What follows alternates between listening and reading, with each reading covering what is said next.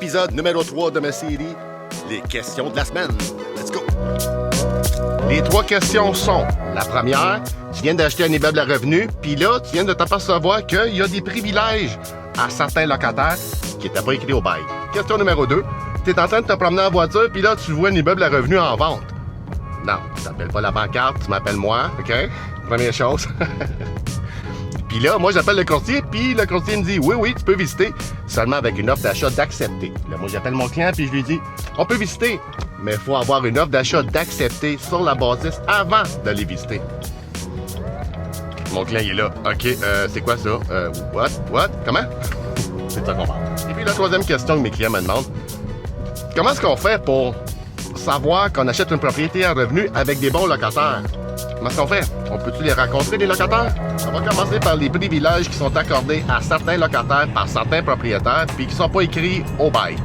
Donc, toi, comme nouvel acheteur, tu le sais pas. Puis ça se peut que tu aies des surprises. Exemple, ça peut être quoi une surprise? Ben, qu'est-ce que moi j'ai déjà vu? C'est qu'exemple, tu as un triplex, le premier du mois arrive, le premier logement te paye, le deuxième logement, tu envoies ça au virement, pas de problème, mais le troisième, tu n'as pas de virement. Là, tu attends au lendemain, tu n'as rien encore. Là, tu envoies un message, tu appelles, ça répond pas. Le lendemain, même affaire. Le 5, le 6, même chose, tu n'as pas de nouvelles. Le 7, le locataire t'appelle, puis il me dit, ouais, j'ai vu que tu as essayé de me rejoindre. Puis là, toi, t'es là, ben oui, ça fait comme 7 jours. Faut que tu payes le loyer, c'est quoi qui se passe? Je suis le nouveau propriétaire, on s'en avait parlé, je t'avais envoyé une lettre, que tu es supposé l'avoir faite. Si tu l'as pas faite, c'est ça qui va arriver. Le locataire, il va bien te dire, ben non, moi je paye toujours entre le 7 et le 10. J'ai une entente avec l'ancien propriétaire à cause de telle affaire. Moi, je suis pas en région, j'ai pas accès à l'Internet, je travaille en Alaska, tu comprends, là, que je sais pas. Fait que des ententes que tu ne sais pas. Fait que oui, ça peut arriver. Une autre chose aussi qui arrive souvent, c'est les problèmes de stationnement. Exemple, tu as un triplex. Le logement numéro 1 et le logement numéro 2 n'ont pas de voiture.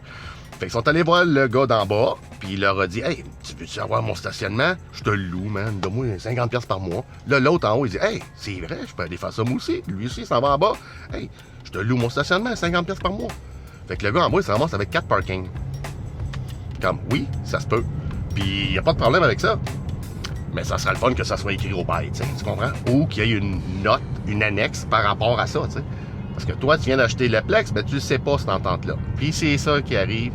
Après ça, tu t'embarques pas dans des problèmes, parce que la loi, c'est la loi. Qu'est-ce qui n'est pas écrit au bail, ben, le locataire ne devrait pas le faire si c'est pas écrit au bail. Mais tu ne vas pas non plus commencer déjà une mauvaise relation avec quelqu'un qui vient de commencer d'acheter ton bloc, tu comprends?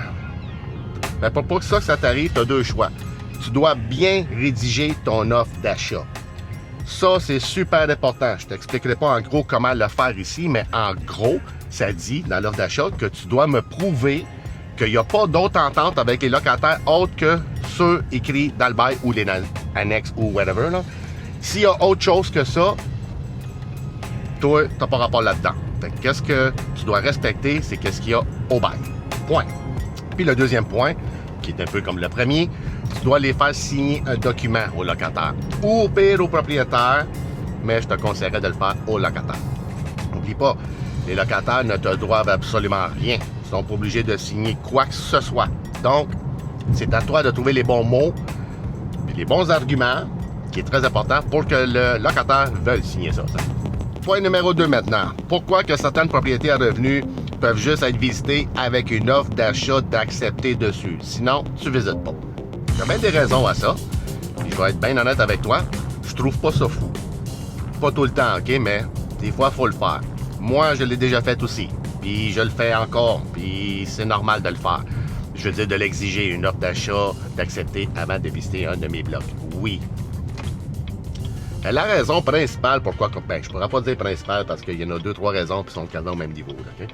La première raison pourquoi qu'on fait ça, ben que moi je fais ça, je ne parlerai pas pour les autres courtiers, là, pourquoi que moi je fais ça, c'est parce que je veux faire certain de ne pas avoir de curieux qui viennent visiter. Tu comprends? Je veux pas perdre mon temps, je veux pas perdre le temps de mon client, puis encore moins des locataires. Tu comprends? Parce que les locataires, eux autres, ils n'ont rien à gagner là-dedans. Fait qu'eux autres, ils n'en veulent pas de visite. Ils veulent rien savoir, puis c'est normal un peu. C'est comme toi, là, chez vous. Tu veux-tu te parachaler? Des visites, puis au bout de la ligne, comme tu n'auras pas un bonus, là, tu comprends? Le vendeur, lui, oui, lui, il veut vendre. Donc, ça lui dérange un peu moins d'être dérangé. Mais locataire, il n'a rien à foutre un peu. Excuse-moi de dire ça direct de même, mais locataires ne sont pas là pour genre t'accommoder en tant qu'acheteur. Une autre raison aussi pourquoi on met cette condition-là, c'est parce qu'on ne veut pas de gens qui n'ont pas de financement. Ça ne veut pas dire que s'ils font une offre d'achat, ils vont nécessairement avoir une préapprobation avec l'offre d'achat, mais tu peux quand même le mentionner. Si tu as des clients qui veulent visiter l'immeuble, tu dois avoir une offre d'achat d'accepter sur la bâtisse avec une preuve de préapprobation bancaire. Tu peux le demander, qui est conseillé à le demander. Tu comprends? Ben, c'est comme j'ai jamais compris le monde qui va magasiner pour quelque chose de gros. Je parle pas d'une voiture, je parle tout le temps de voiture, mais si tu vas t'acheter une petite voiture pour l'hiver à 2, 3, 4, 5 000, je comprends que tu passeras pas à la banque pour voir est-ce que je peux emprunter ou est-ce que j'ai l'argent pour. Ça, je comprends ça.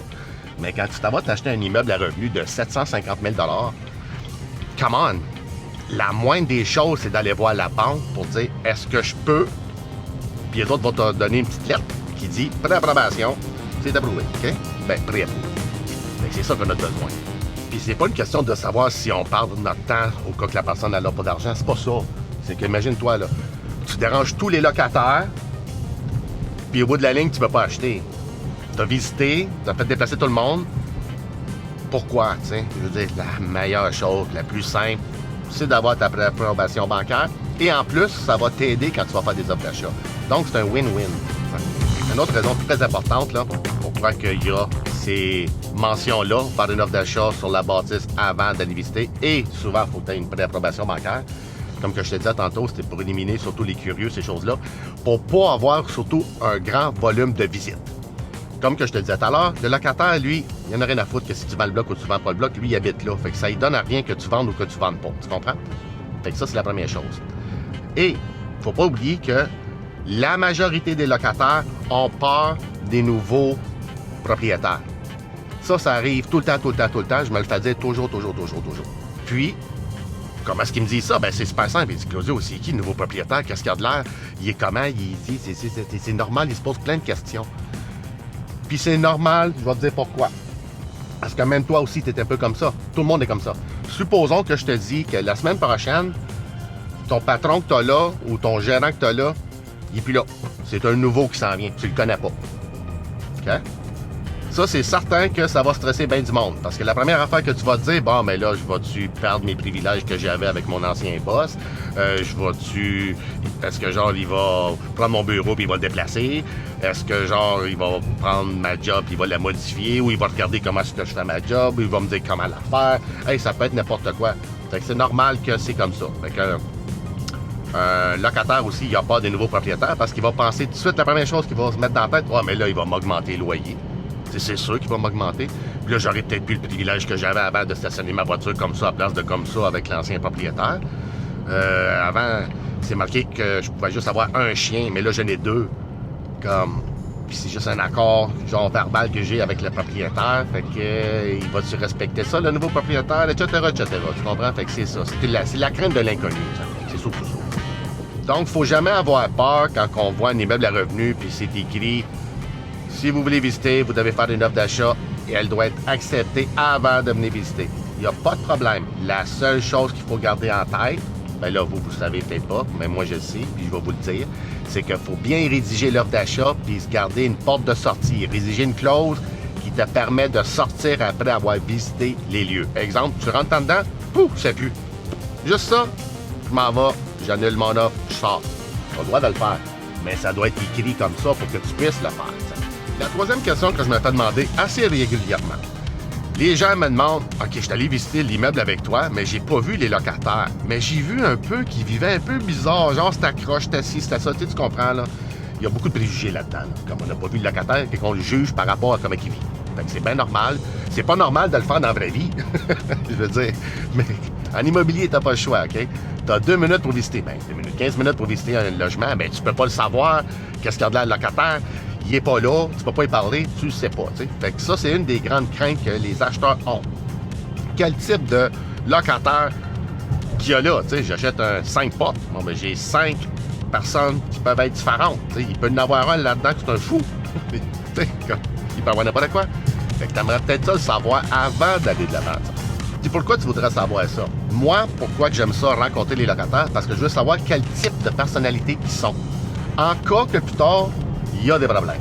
Supposons, je m'en vais visiter un 4 portes, puis les 4 personnes se connaissent, c'est toutes des chums, ils pensent tous pareil, sont tous dans un certain type de personnalité, ben je sais comment dealer avec eux autres. Tu comprends? Exemple, tu t'en vas voir un immeuble à revenu, tu vois en bas, c'est 3 jeunes, 22, 24 puis 25, travaillent dans la construction, les 3 ils ont des pick-up, puis la madame d'en haut, elle a 65 ans, puis elle a un scooter. Et tu veux le savoir, ces choses-là. Tu veux anticiper les problèmes que tu vas avoir, les problèmes des chicanes de locataires, etc., etc. Puis je vais être honnête aussi avec toi, là. Je veux voir comment est-ce qu'ils vivent. Moi, je veux le voir. Okay? Il y a beaucoup de monde, peut-être ça ne leur intéresse pas, mais moi, je veux savoir, un, quel type de personne que t'es, puis deux, comment que tu vis. Je veux pas savoir quelle sorte de spaghetti que tu manges avec quelle sauce, là. Ça, c'est pas ça, là. Je veux savoir, est-ce que tu te ramasses? Est-ce que la poubelle, à côté là, dans la cuisine, t'es rendu au 5e sac d'empilé? C'est ça que je veux savoir. Je veux savoir aussi, est-ce que vous êtes 12 à habiter le logement? Je te dis ça parce que j'en ai vu. Tout ça, je veux le savoir. Fait que c'est facile quand tu vas visiter un appartement et qu'il y a 12 personnes, même s'ils sont pas là, crois-moi, tu vas le savoir qu'il y en a 12 qui restent dedans. Versus quelqu'un de normal qui sont 2, 3, 4. Là, bon, ben comment est-ce qu'on fait d'abord pour les rencontrer, toute la gang? Ça, c'est le challenge. Parce que, je reviens comme tantôt, les locataires ne te doivent absolument rien. Donc, pourquoi qu'ils voudraient te rencontrer? T'sais? Pourquoi qu'ils accepteraient de te rencontrer?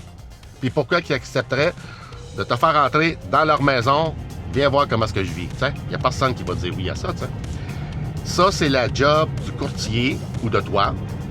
Faut que tu trouves les bons arguments pour que la personne elle veuille te faire rentrer dans son appartement. Et c'est quoi les bons arguments? Là, tu vas pas leur dire, ben je veux savoir qu'est-ce que t'as de l'air. C'est sûr que ça passe pas. Je t'apprendrai là-dedans. Hein. Regarde, il faut que tu leur fasses comprendre que tu veux les rencontrer pour améliorer leur situation. Puis ça, c'est pas c'est ça, OK, garde pas de la bullshit, là. Il faut que tu leur dises quelque chose puis que tu crois là-dedans. Si tu leur dis, j'aimerais ça aller voir, je suis un nouveau propriétaire, peut-être, je suis en train d'acheter le bloc, mais est-ce que je pourrais te rencontrer pour voir qu'est-ce que tu aimerais que j'améliore dans ton bloc dans la prochaine année pour que je commence à me faire un petit budget tout de suite. Puis, à part de ça, je vais même te faire un cadeau. Dis-moi la couleur que tu veux que je peinture ta cuisine ou ton salon ou ta chambre ou tout l'appartement si tu veux, si tu te sens généreux. Puis ça ne te coûtera pas à rien en tout. Il n'y a pas grand locataires qui vont te refuser ça, tu sais.